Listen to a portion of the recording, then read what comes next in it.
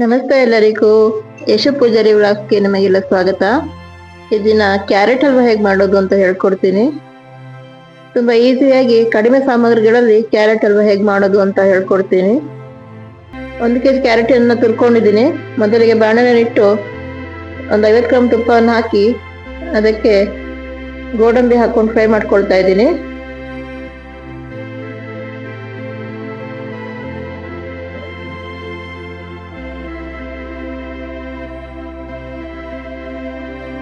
ಗೋಡಂಬಿ ಸ್ವಲ್ಪ ಫ್ರೈ ಆದ ನಂತರ ಇದಕ್ಕೆ ದ್ರಾಕ್ಷಿಯನ್ನು ಹಾಕೊಳ್ತೀನಿ.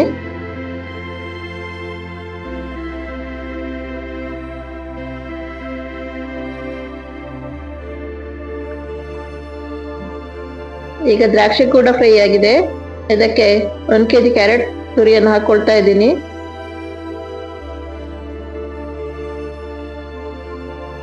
ಕ್ಯಾರೆಟ್ ಅನ್ನ ತುಪ್ಪದಲ್ಲಿ ಚೆನ್ನಾಗಿ ಫ್ರೈ ಮಾಡ್ಕೊಳ್ತಾ ಇದ್ದೀನಿ. ನೀವು ಬೇಕಿದ್ರೆ ಹಾಲು ಕೂಡ ಹಾಕೊಳ್ಬಹುದು. ಈ ಟೈಮಲ್ಲಿ ನಾನು ಹಾಲನ್ನು ಹಾಕೊಳ್ತಾ ಇಲ್ಲ, ಹಾಗೆ ತುಪ್ಪದಲ್ಲೇ ಫ್ರೈ ಮಾಡ್ಕೊಳ್ತಾ ಇದ್ದೀನಿ. ತುಪ್ಪ ಸ್ವಲ್ಪ ಜಾಸ್ತಿ ಬೇಕು ಅಂದ್ರೆ ಜಾಸ್ತಿ ಕೂಡ ಹಾಕೊಳ್ಬಹುದು. ನಾನೊಂದು 50 ಗ್ರಾಂ ತಗೊಂಡಿದ್ದೀನಿ. ನೀವು ಅವಶ್ಯಕತೆ ಇದ್ರೆ ಒಂದು 100 ಗ್ರಾಂ ಕೂಡ ಹಾಕೊಳ್ಬಹುದು.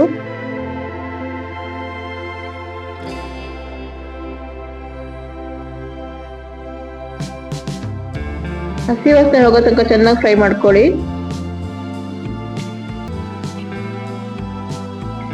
ನಾನು ಇದಕ್ಕೆ ಅರ್ಧ ಕೆಜಿ ಸಕ್ಕರೆಯನ್ನು ತಗೊಂಡಿದ್ದೇನೆ. ಈಗ ಸಕ್ಕರೆಯನ್ನು ಹಾಕೊಳ್ತಾ ಇದ್ದೇನೆ. ಈಗ ಸಕ್ಕರೆ ಕರಗಿ ನೀರಾಗುತ್ತಲ್ಲ, ಅದ್ರಲ್ಲೇ ಕ್ಯಾರೆಟ್ ಚೆನ್ನಾಗಿ ಬೇಯ್ಕೊಳ್ಳುತ್ತೆ. ಹಾಗಾಗಿ ನಾನು ಹಾಲು ಹಾಕೊಳ್ತಾ ಇಲ್ಲ.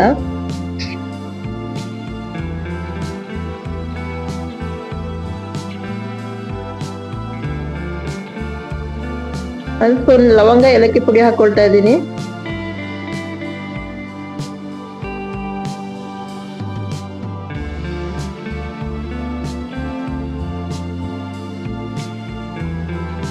ಚೆನ್ನಾಗಿ ಬೇಯಲಿಕ್ಕೆ ಒಂದು 10 ರಿಂದ 15 ನಿಮಿಷ ಬೇಕಾಗುತ್ತೆ.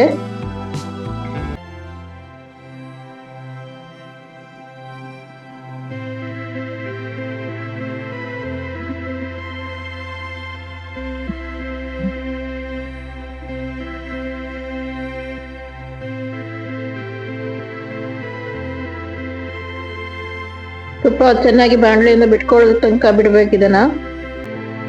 ನೋಡಿ, ಈಗ ಚೆನ್ನಾಗಿ ಡ್ರೈ ಆಗಿದೆ. ತುಂಬಾ ರುಚಿಯಾಗಿರುತ್ತೆ. ನೀವು ಕೂಡ ಒಮ್ಮೆ ಮನೆಯಲ್ಲಿ ಟ್ರೈ ಮಾಡಿ ಹೇಗೆ ಬಂದಿದೆ ಅಂತ ಹೇಳಿ. ಥ್ಯಾಂಕ್ ಯು ಎಲ್ಲರಿಗೂ.